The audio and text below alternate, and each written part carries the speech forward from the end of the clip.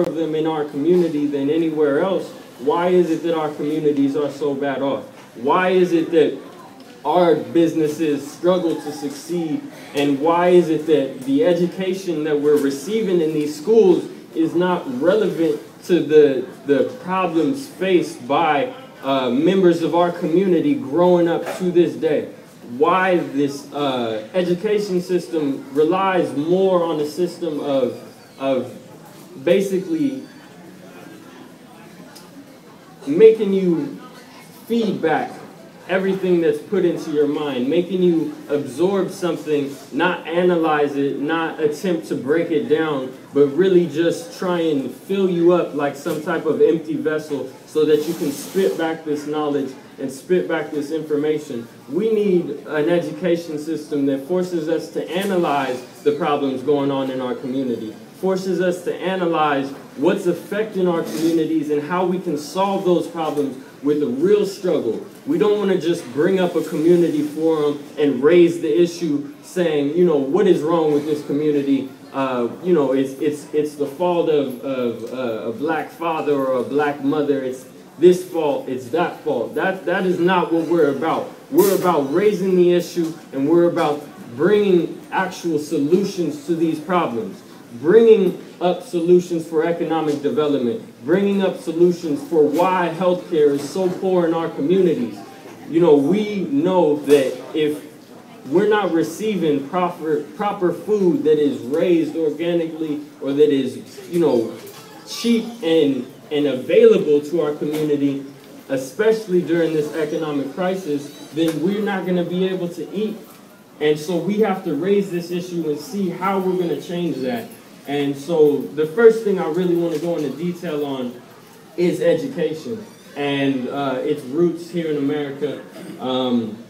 You know, education originated as a colonizing type of indoctrination, and those are words that, you know, often bring up some emotion, but in reality, you know, there were schools first produced for Native Americans in order to civilize them, in order to bring them into European ways, make them dress properly, make them speak properly, and to that extent, education has not evolved very much from that time period. It is still a forum where, you know, our youth come onto the campus and they're told to pull up their pants, they're told to walk straight, they're told to speak properly, and you really have to recognize that in a historical context and ask the question, why is it that nowadays, especially here in San Diego, if you look at Lincoln High School, if you look at Morris High School, and you look at all these high schools being built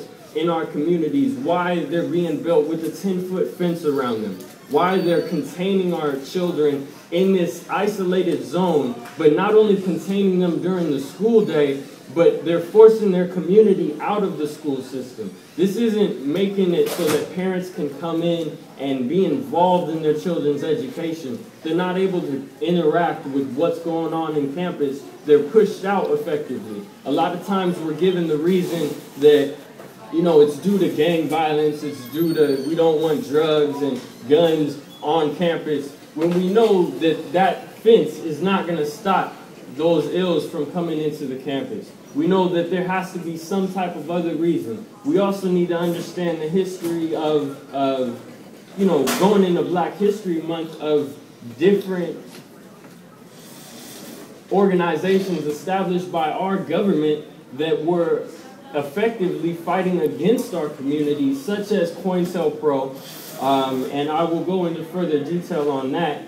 But one of the things that really stresses me out is when I have to go to a high school and I'm effectively brought into a prison environment. You know, I'm socialized into accepting being behind these bars, being, you know, constantly watched by these different security personnel, and even to have police officers on my campus with guns is a form of repression in our communities that our children are facing on a daily basis. And often parents aren't able to understand where their children are coming from, you know, when they hear they're acting up, messing up in school, when they're tardy. You know, this isn't a fault of your children when a system in place says that if you're 10 minutes late to class, they'll suspend you for the day.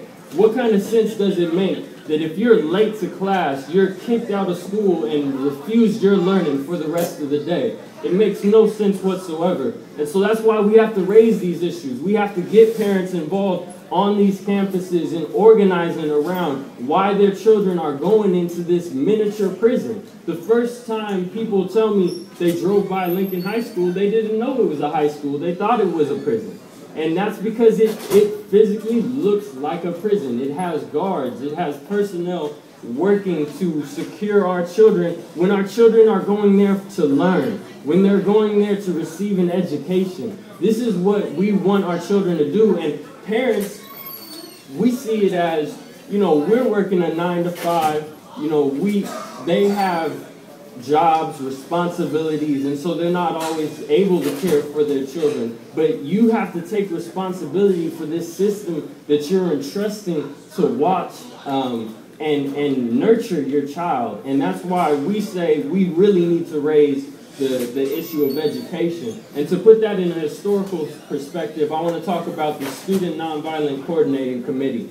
The Student Nonviolent Coordinating Committee was an organization that was active in the 60s on campuses. It was organizations of students. And essentially one of their most historical, I guess, actions that they took was, if you've ever heard of the Freedom Summer Project, where whites and blacks drove into Mississippi to get Africans to register to vote and become involved in the democratic process, then you've heard of the Student Nonviolent Coordinating Committee. And essentially what happened during that time period is the Student Nonviolent Coordinating Committee went to the Democratic Party and stated, you know, we would like to get Africans involved in this democratic process. We want to have our voice represented in our communities. And so if we go into Mississippi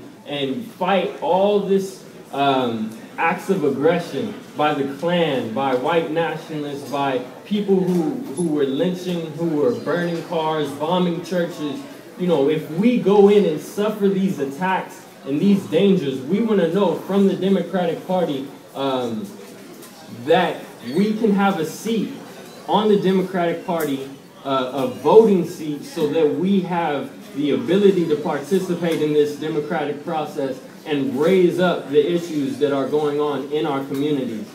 And so essentially the Democratic Party agreed to this, and so the Freedom Summer Project was born and started. And before the first buses came into Mississippi, they actually sent forward a car with 3 student organizers. And it was found out months later that those 3 organizers, before the busloads of Student Nonviolent Coordinating Committee members went into Mississippi, those 3 members were killed by men in Mississippi who did not want this process to happen. And so you really have to look at the violence that was endured by these students, white and black, who wanted to raise this issue, who wanted to become involved in this democratic process, and the history that relates, because after this successful Freedom Summer Project, after they successfully got hundreds and hundreds of Africans to register to vote, they went to the Democratic National Convention, and they said, you know, we have done what we were told to do and what we had agreed upon. And they stated, you know, will you now seat us in the Democratic Party so that we can have a vote?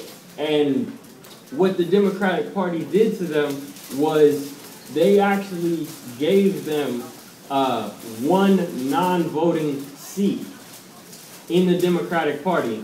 And Fannie Lou Hamer, who was an organizer then, stood up and said, we did not come this far for 1 seat with no power. So they essentially gave them a seat to be a representative, but to have no voice.